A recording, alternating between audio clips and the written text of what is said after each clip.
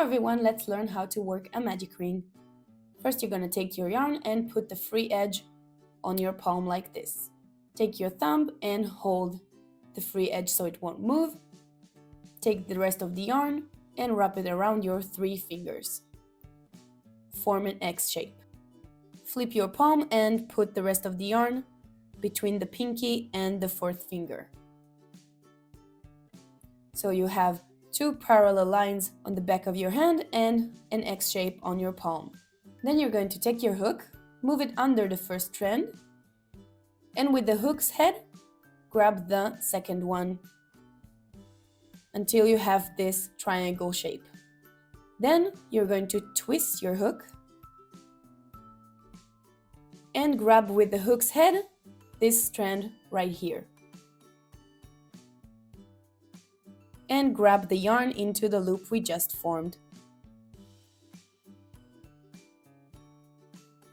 And there you go, now you have a magic ring. To close the ring, you're going to pull this tail here very carefully.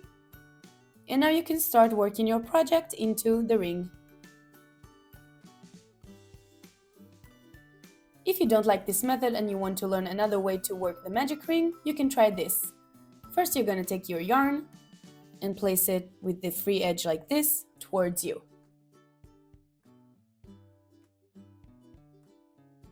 Then take the rest of the yarn and put it over it like this.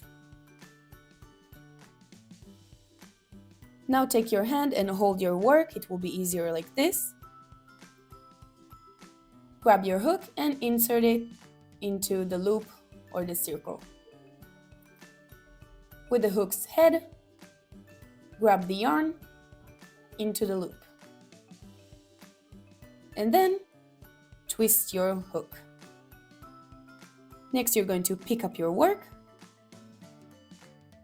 pull this tail here to tighten up the loop, and then chain 1.